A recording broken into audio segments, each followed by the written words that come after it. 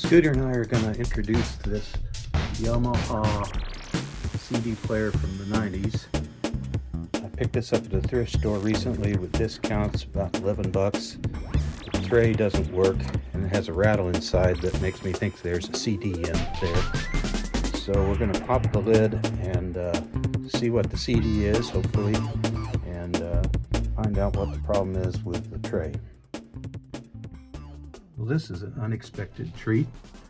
When I pulled the lid out, this CD immediately fell out. The Beach Boys' Pet Sounds. Many of you will recognize that as one of the classic albums of all time.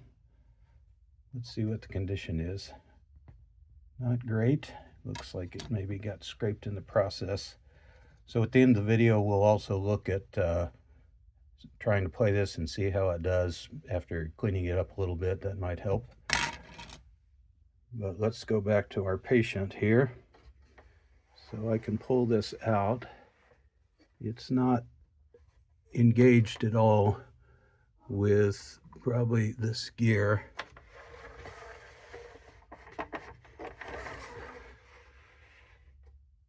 So that'll take some investigation.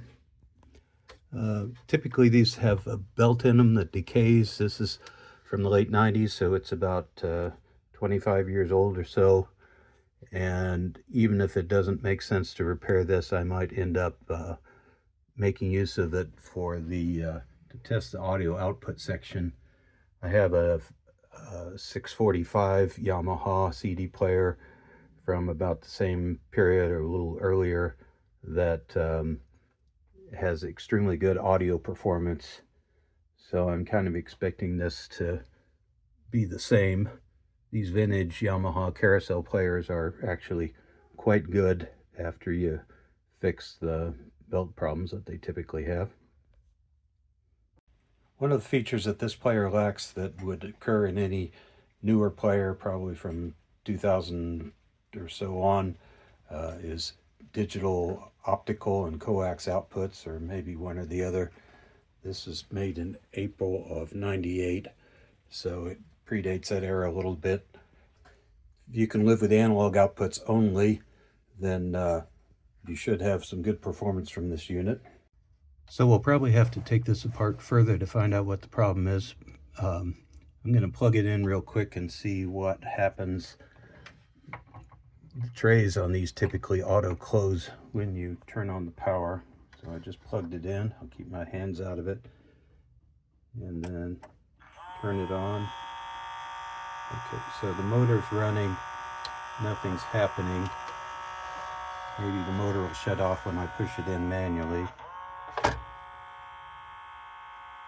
The motor's still running. So that's an issue. Okay. Looks like the motor kind of gave up. Maybe there's some sort of timeout or something built into the logic. But ultimately, it looks like the belt idea that I had on this might be where the problem is. We may be able to run it as is, with sort of manually putting the discs in and pushing the tray around. I'll try that later on before I go too far in taking it apart. But basically this is a problematic unit. Here I've put in one of my standard test CDs. This is a CDR, so I don't know for certain it'll work in a player of this vintage.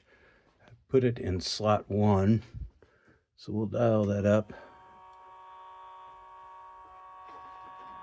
Okay.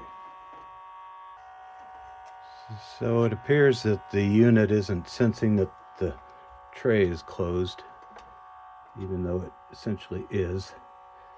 Maybe it's not closed all the way. Try to reset that.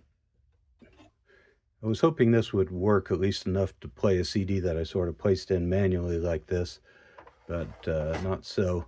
So we're going to have to go to the next step of taking the tray apart and fixing what I believe to be the belt problem, which is under here somewhere.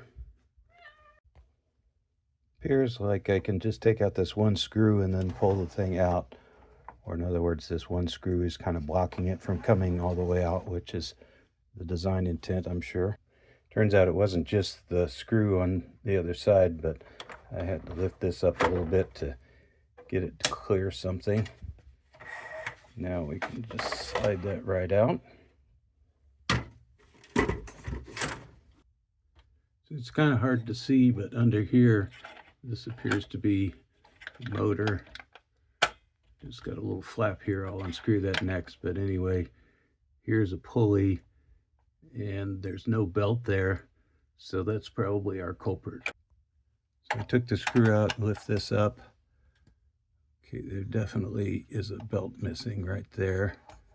You can see how these things would all link together through this gear chain of plastic gears. I would think I would find the remnants of a belt here somewhere, but I don't. So now I'm going to pull a belt out of my big bag of belts that I bought to fix the last Yamaha CD player of this vintage, which was a 645. Well, in poking around, I did find the belt in here. I thought at first it was in bad shape, but maybe it's just got a little grease on it. Or actually, it is kind of in bad shape. So I'm going to put that on temporarily because I can't find my big bag of belts. You don't know which of the many categories a big bag of belts would fall in, so I don't know which box it's in. But I'm going to put this one back in place as kind of a temporary measure, see if we can get it going again, and then plan to replace that with a real belt later. I had to take the spindle on the left out and to get the belt out, and it's been chewed up a little bit by the gears, but in particular it's been stretched out to the point where it really isn't usable. You can see that after putting it back in place, it doesn't hold the tension needed. So we'll see if I can find a rubber band that'll work just to prove the point. That isn't probably the best solution, but it'll keep us going. So here's a rubber band that looks like it'll work. It's slightly smaller diameter. So here we see it in place. Seems to fit very nicely. And we'll power it up and we should see all the gears moving. Powering up.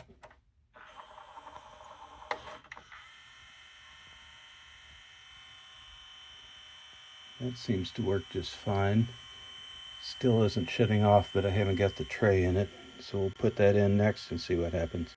So I left this little flap out for now, but we'll just turn it on. Oh, making a terrible noise. Not good. Have to do something else. Turns out I didn't get the tray put in correctly before. The mechanism needed to be sort of all the way wound out to match what the position of the tray was. So now we'll see if that works. So I should be able to punch up disc 3.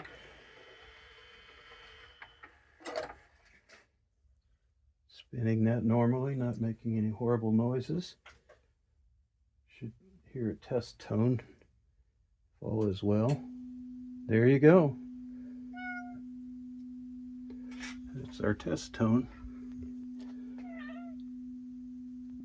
Let's go to something more exciting if I can keep Scooter out of it for now. More test tones.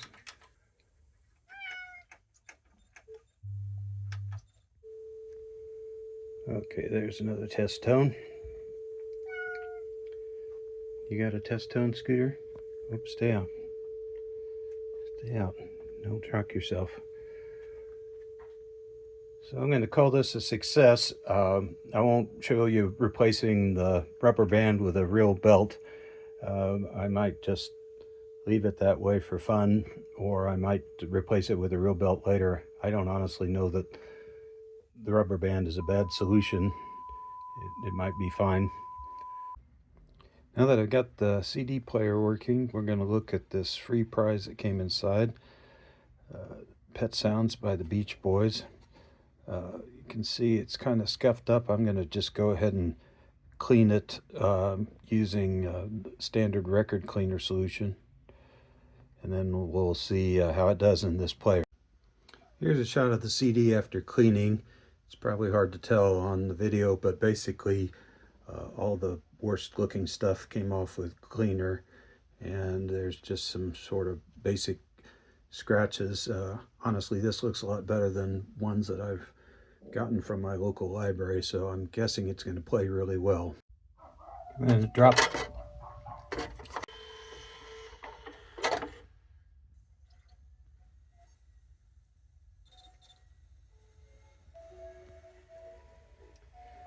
It's playing just fine. Go on to each track here.